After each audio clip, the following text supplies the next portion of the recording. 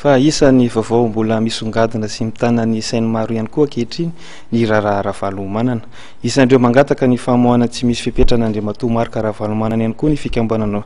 vondron'olon-tsotra na ny VOT, ka nisy ny fandefasan'izy ireo taratasy teny amin'ireo maso-veo vahiny eto amintsika dia izy ireo nanamafisana izany fangatahana izany. Fanadinary mangataka ny famoahana tsisy fipetrany Marc Ravalomanana ny fikambanan'ny vondron'olon-tsotra VOT,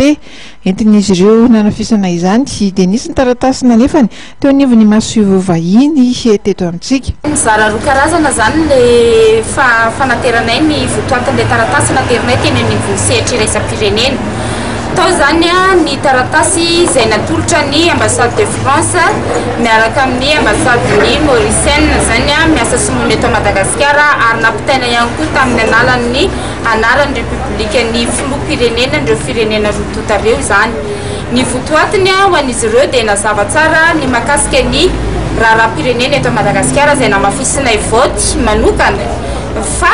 tompona andraikitra izy ireo amin'ny raharaha misy eto amin'ny firenena izao indrindra mahakasika ny fitazomana amin'ny filoha Marc Ravalomanana. Nanery avy hatrany izay ny amoahana any filoha Ravalomanana hody any amin'ny tranony iaina eo amin'ny fianakavinany ary mampitandrina ihany koa izahay manoloana raha misy ny zavatra mahazo amin'ny filoha Marc Ravalomanana. Ary ny porofonay mazava tsara tao ihany koa fa ireo tantara nisy olana teto amin'ny tany sy firenena ny fandimby dia izy ireo no porofon'izany zavatra izany ary nangataka ihany koa izay tamin'izy ireo hoe avereny tsy misy fepetra ny renosy izay amin'ny Madagasikara ary apetrany tena fafana ho amin'ny Madagasikara raha tena nanome fahaleovan-tena ny malagasy marina izy ireo an'ity République démocratique Madagasikara ity. Zony Marc Ravalomanana feny fiverenena tanindrazana hoy ny filoha nasionaly ny VOT manana hany andrasany manoloana ny fandalovan'ny SADC eto amintsika ihany koa ity fikambanana ity. Misy moa valite izay andrasanay n'ity herinandro ity araka ireo taratasy nalefanay tany amin'izy ireo dia ny zavatra andrasanay dia hoe izay fitakinay izay fijerena ny raharaha momba ny raharaha filoha Marc Ravalomanana.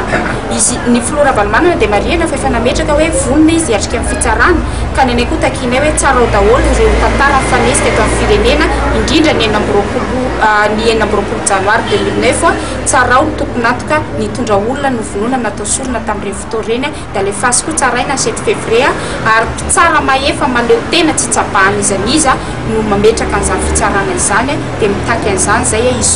irosonany amin'ny la vérité réconciliation.